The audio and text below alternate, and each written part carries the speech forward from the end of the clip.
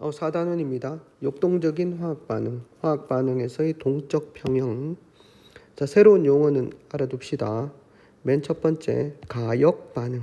가역 반응이 무엇인가? 여기 보면 근데 간단하게 그냥 역반응이 가능한 반응, 그리고 동적 평형은 요 두 가지 용어에 관해서 한번 살펴보도록 하겠습니다.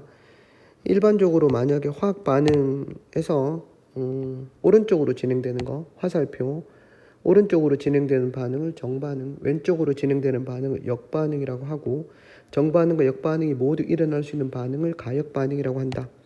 뭐 예를 들어서 물이, 액체 상태의 물이 기체 상태로 기화가 될 때, 기화가 되는 반응과 또 이렇게 될 수 있습니다. 다시 액화가 되는 반응이 같이 일어날 수 있는데, 이렇게 화살표를 양쪽으로 이렇게 표시를 해놔 놓으면 이게 뭘 뜻하는가 그러면 가역 반응, 즉 역반응이 가능하다, 이걸 나타냅니다.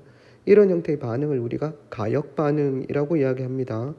반대로 비가역 반응은 역반응이 잘 일어나지 않는 거, 한쪽으로만 진행되는 거, 또는 역반응이 거의 일어나지 않음, 이런 것들을 우리가 비가역 반응이라고 합니다. 자, 예를 들어서 연소 반응.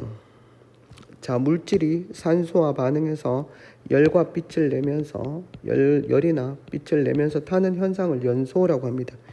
요 메테인이라고 하는 놈은 LNG의 주 성분이면서 연소될 때 이산화탄소와 물을 생성을 합니다. 자, 화살표 요렇게 되어 있죠. 한쪽 방향으로 반응이 진행된다는 말입니다. 즉 정반응이 진행된다는 말이고, 화살표 오른쪽은 오른쪽에서 왼쪽으로 가는 거 표시되어 있지 않죠. 이런 형태의 반응을 이제 비가역 반응이라고 하는데, 연소가 대표적입니다. 밑에 거는 에탄올의 연소를 나타내고 있는 겁니다. 자, 두 번째, 금속과 산의 반응. 여기 마그네슘이라는 금속을 염산에다 넣으면 이제 수소기체가 발생하면서 반응이 일어나는데, 수소기체하고 MgCl2를 섞어놨다고 해서 다시 마그네슘이나 HCl이 생성되는 반응이 일어나지 않습니다. 그래서 이런 것들 비가역 반응의 대표적인 반응 중에 하나입니다. 그리고 중화 반응이 있습니다. 중화 반응은 물에 넣었을 때 H+를 내어놓는 산과 물에 들어갔을 때 OH-를 내어놓는 염기가 반응해서 이 물과 그리고 염기의 양이온과 산의 음이온이 반응해서 생성된 물질을 염이라고 합니다. 이런 게 생성될 때 우리가 일반적으로 비가역 반응이다, 이렇게 이야기를 합니다. 우리가 소금물이죠, 소금물. 물하고 NaCl하고 섞어놨을 때 이게 다시 거꾸로 반응이 일어나서 HCl과 NaOH가 생기는 반응은 일어나지 않지. 그래서 기억은 연소 반응 그리고 중화 반응, 요 정도 기억하시면 되겠습니다. 자, 다시 이제 무슨 말이 나오는가 그러면 동적 평형. 평형은 평형인데 동적 평형이 무엇이냐? 겉보기라고 하는 것은 우리가 눈으로 관찰했을 때 반응이 일어나지 않는 것처럼 보이지만 정반응과 역반응이 같은 속도를 한다. 동적 평형이다. 끊임없이 뭔가가 일어나고 있는 상태를 우리가 동적 평형 상태다라고 이야기를 합니다. 그래서 겉보기엔 반응이 일어나지 않는 것은 거시세계라고 볼 수 있죠. 거시세계, 눈으로 보이는 세계. 여기서 동적 평형이라고 하는 것은 우리가 어느 수준에서, 분자나 원자 수준에서 설명을 할 수는 있습니다. 이 평형에 대해서. 예를 들어서 대표적인 반응 상평형에 관해서 한번 살펴봅시다. 상은 여러분들이 그냥 화학원에서는 상태라고 생각하면 됩니다. 고체, 솔리드, 리퀴드, 가스, 세 가지 상태 기억하시면 되겠습니다. 자, 상평형 먼저 한번 살펴보도록 하겠습니다. 자, 첫 번째 어떻게 생각하느냐 하면, 자, 밀폐된 둥근 바닥 플라스크에 뭘 넣는가 그러면 물을 넣습니다. 물을 넣고 이 위 뚜껑을 닫는데, 이 위는 처음에 진공 상태입니다. 아무것도 없지. 여기는 뭐밖에 없는가 그러면 물밖에 없습니다. 자, 이 상태에서 뭐가 흐르면 시간이 흐를수록 시간이 흘러갑니다. 시간이 흘러간다. 자, 시간이 흘러가면은 어떻게 되는가 하면, 여기 수면 있죠, 수면.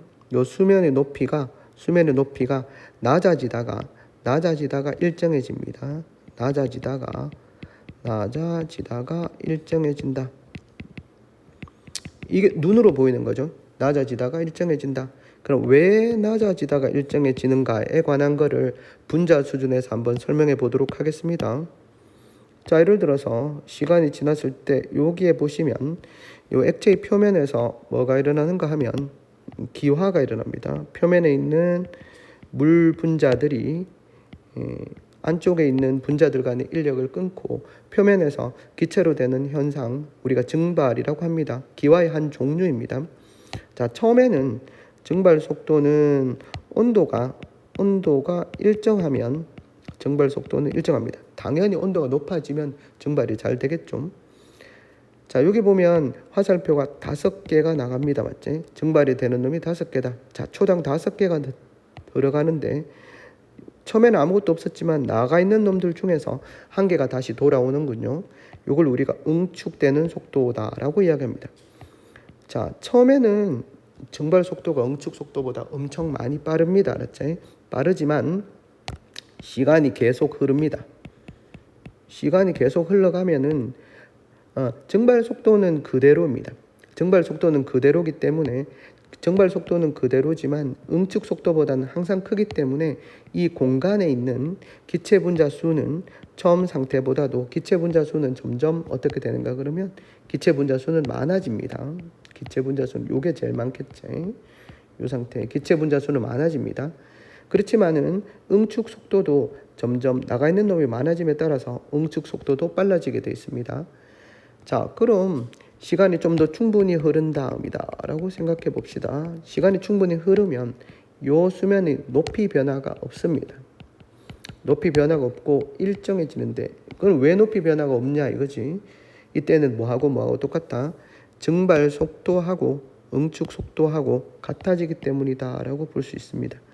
그러니까 눈으로 봐서는 뭐 높이 변화가 없지만 끊임없이 증발하고 응축이 일어나고 있는 상태이므로 이런 것을 우리가 무엇이라고 하는가 그러면 동적 평형 상태 이렇게 이야기합니다. 자, 예를 들어서 물이 증발하고 응축이 같이 일어날 수 있으므로 이걸 무슨 반응이라고 한다? 가역 반응이라고 합니다. 가역 반응이라고 하는데 방금 주어진 이것을 그래프로 한번 나타내 보면 자, 증발 속도는 어떻게 됩니까? 증발 속도는 일정합니다. 맞죠? 여기 일정한 값을 가지지. 증발 속도는 일정한 값을 가지고 있습니다. 그런데 처음에는 0에서 출발한 거, 처음에는 진공 상태에서 출발했는 게 응축 속도가 점점 빨라지겠습니다. 점점 빨라져서 요 시점에 오면 여기 오면 예를 들어서 T1이라는 시간이 왔을 때 동적 평형 상태에 도달하게 됩니다. 이때는 높이 변화가 없이 일정해진다라고 볼 수가 있겠습니다. 그래서 0에서 T1 시간까지는 당연히 증발 속도, 그 다음에 밑에가 응축 속도. 자, 응축 속도분의 증발 속도는 항상 증발 속도가 더 크기 때문에 증발 속도 이 값이 크기 때문에 얘는 1보다 큰 값을 가집니다. 그리고 T1 시간 이후로는 응축 속도와 증발 속도가 같기 때문에 1이 됩니다. 1이 이렇게 된다고. 알겠나요? 그래서 이때가 동적 평형에 도달했다라고 볼 수 있습니다. 자, 그러면 요게 1일 때 요거 이해됩니까? 동적 평형 상태이다. 자, 기체 분자수는 증발 속도가 여기 평형이죠. 맞지? 요때가 평형 상태입니다. 평형 상태에 도달하기 전까지 계속해서 기체 분자수는 증가합니다. 왜냐하면 뭐가 크기 때문이야? 증발되는 속도가 뭐보다 크기 때문에 응축 속도보다 크기 때문에 그렇습니다. 반면에 액체 분자수는 어떻게 됩니까? 감소하다가 일정해진다. 이렇게 되겠습니다. 감소하다가 일정해진다. 이렇게 우리가 상평형을 정리해 볼 수가 있겠습니다. 물의 상평형을 나타내서 상평에 관해서 설명을 했습니다. 자, 그 다음 페이지 넘어가 보도록 하겠습니다. 자, 여기 보면 요거는 뭐에 대한 상평형 그림이다. 얼음과 물의 상평형. 그리고 여기 보시면은 처음에 누구만 넣어놨다? 아요딘만 넣어놨을 때 시간이 지나면 우리가 눈으로 관찰한다. 저 거시 세계에는 아요딘, 고체 아요딘의 크기가 감소하다가 일정해진다.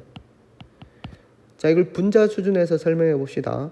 처음에는 누가 큽니까? 처음에는 고체가, 즉 기체로 기화되는, 승화라고 하죠. 승화되는 속도가 더 커지만 점점 기체가 다시 고체로 승화되는, 이 둘 다 승화라고 이야기합니다. 승화되는 속도가 빨라지면서 결국은 고체가 기체가 되는 속도, 기체가 고체가 되는 속도가 같아져서 이 아요딘 고체의 크기가 변화가 없다라고 볼 수 있습니다. 변화가 없지만 끊임없이 뭐가 같이 일어난다? 승화가 같이 일어나고 있습니다. 속도가 똑같은 것 뿐이죠. 자, 이런 형태의 상평형을 예를 들어서 설명을 했습니다. 그 다음 용해평형. 용해. 자, 용해라고 하는 것은 녹는 겁니다. 여기 예를 뭘 들어놨는가 그러면 여기 설탕을 예를 들어놨습니다. 자, 처음에 설탕을 녹였을 때는 무슨 속도가 더 빠를 겁니까? 용의 속도가 더 빠를 거지. 그렇지만 시간이 지나면 점점 석출 속도가 빨라지면서 나중에 되면 용의 속도하고 석출 속도하고 똑같아집니다. 그러면은 요때 어떻게 된다? 4T일 때 평형 상태에 도달하고 요 녹아있는 설탕의 농도는 어떻게 됩니까? 여기 같다. 이렇게 되겠지. 몰 농도라고 하는 것은 전체 용액 1리터에 들어있는 설탕의 몰수, 이렇게 나타내니까 이것도 역시 A 값이 되겠죠. 자, 용해 속도하고 석출 속도가 똑같아진다. 자, 포화 용액은 용해 속도하고 석출 속도가 똑같아지는 거고, 불포화 용액은 아직 더 녹을 수 있기 때문에 뭐가 더 큰 겁니까? 용해 속도가 무슨 속도보다도 석출 속도보다 크다. 이렇게 해야 되겠죠. 자, 여기 한번 봅시다. 설탕 용질, 물을 용매라고 하죠. 용의 속도가 나중에 석출 속도하고 똑같아졌다.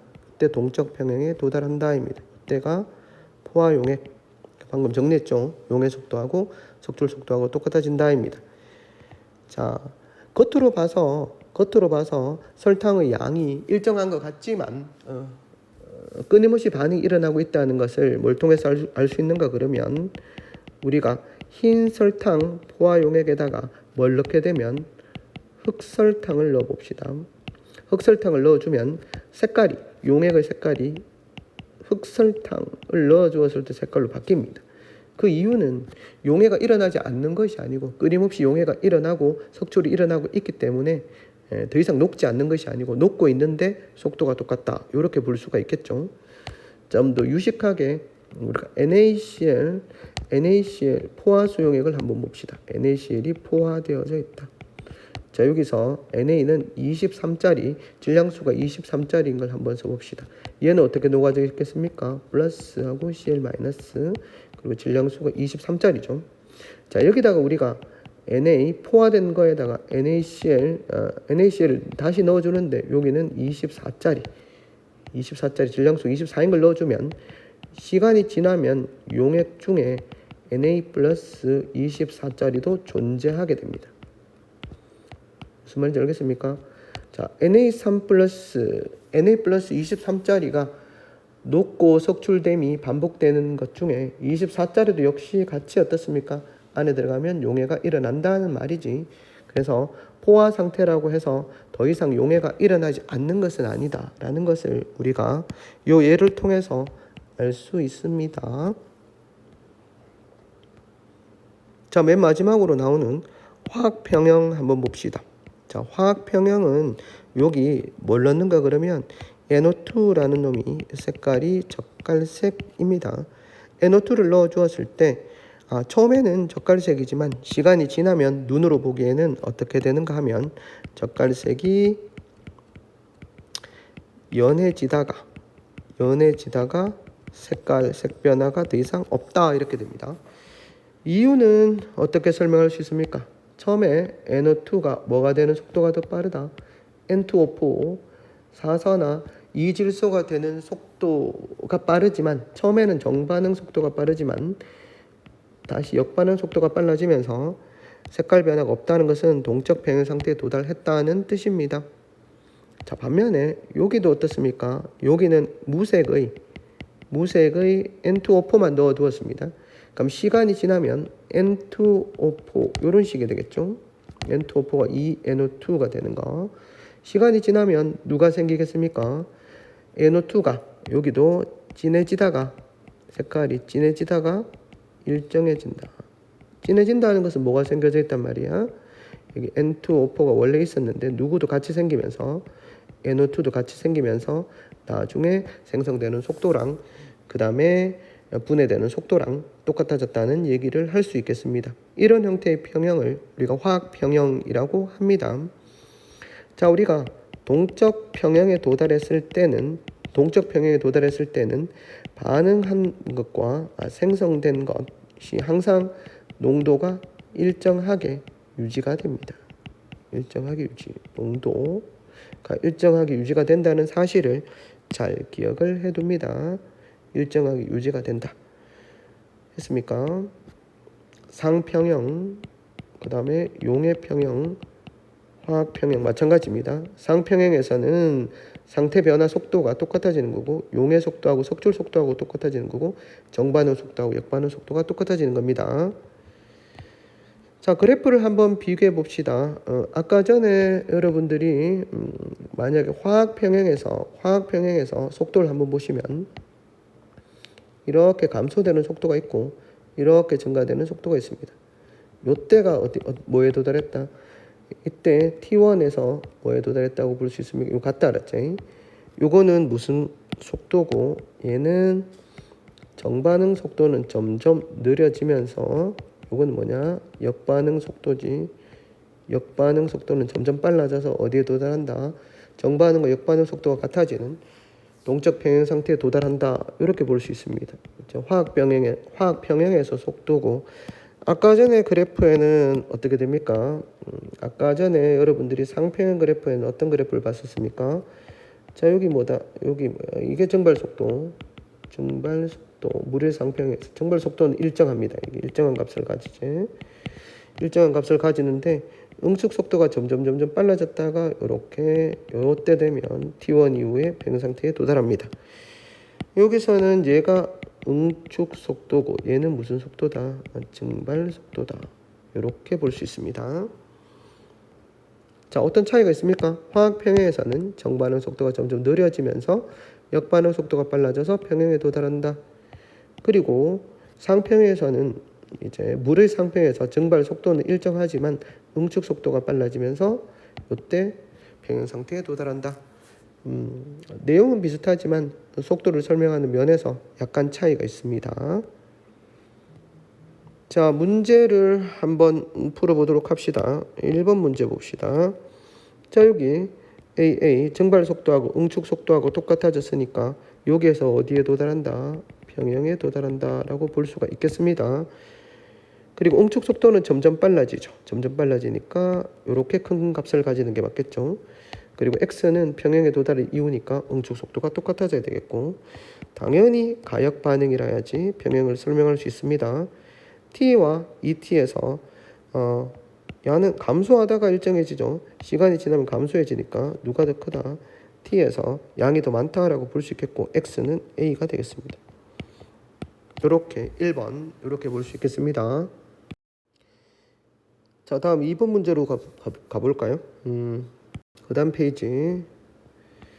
자, 밀폐된 진공용기입니다. 밀폐된 아까 전에 이야기했지 진공용기 밀폐된 진공용기에다가 색깔을 바꾸어서 자 X 액체를 넣은 후 이 액체가 뭔지는 모르겠지만 물 생각하시면 되겠죠. 자, 여기서 1이다 T3일 때 증발 속도하고 응축 속도 1이니까 여기에서 어디에 도달했다? 평형에 도달했다라고 볼 수 있겠습니다. C는 1보다 크다입니다. 여기에서는 아직 T2는 평형에 도달하지 않았기 때문에 얘의 양을 1이라고 봤을 때 C는 1보다 크겠죠. 기체 양이 증가하니까 얘는 증가되고 얘는 감소하다가 일정해집니다. 자, A는 1보다 작다. A는 어떻게 됩니까? 평형에 도달할 때까지 증발 속도가 형발 속도는 일정하고 얘는 정발 속도가 크죠? 응축 속도보다. 분모가 더 크기 때문에 B는 A는 1보다 작다. 그 다음 B는 1이다. 아직 평행에 도달하지 않았으니까 1보다 작다. T2일 때 동적 평행은 어디에서 이루고 있습니까? T3일 때지. T3입니다. T2가 아니고 T3일 때. 그래서 기억. 자, 문제 3번 봅시다. 문제 3번 봅시다. 자, 문제 3번은 밀폐된 용기 안에 물을 넣은 후 시간에 따른 응축 속도를 나타낸 것이다. y축이 응축 속도입니다. 이때는 T2일 때 평형에 도달했다라고 나옵니다. 평형의 T2, T2, T1일 때 동적 평형을 이루고 있다. 이때는 정발 속도가 더 큰 상태죠. T2일 때 정발 속도는 A다. 용기 내 H 용기를 내라. 용기 내 H2의 양은 T2에서가 T1일 때보다 크다. 기체 양은 점점 증가하다가 일정해진다라고 이야기했으니까 맞는 말입니다. 그래서 니은과 니것 4번 3번까지 했네요. 그 다음 문제 4번 봅시다. 자, 4번은 화학평형입니다. 얘가 젓갈색이라고 했고 얘가 무색입니다. 시간에 따른 연호2 양 이거는 점점 감소하다가 일정, 얘는 증가하다가 일정해집니다. 자, 그러면 시간이 T2일 때 동적 평형에 도달했다. T2일 때 동적 평형에 도달했으면 얘는 농도가 일정하니까 동적 평형 이후에는 양이 일정하게 변하지 않으니까 B 값은 X는 B이고, 항상 야는 NO2 양이 감소하다가 일정해진다. 얘는 증가하다가 일정해진다. T1일 때 역반응이 일어나지 않는다. 정반응 역반응은 계속해서 일어나죠. A가 B보다 크다. 자, 기체 양은 평형에 도달할 때까지 NO2 기체 양은 A가 B 값보다 크다.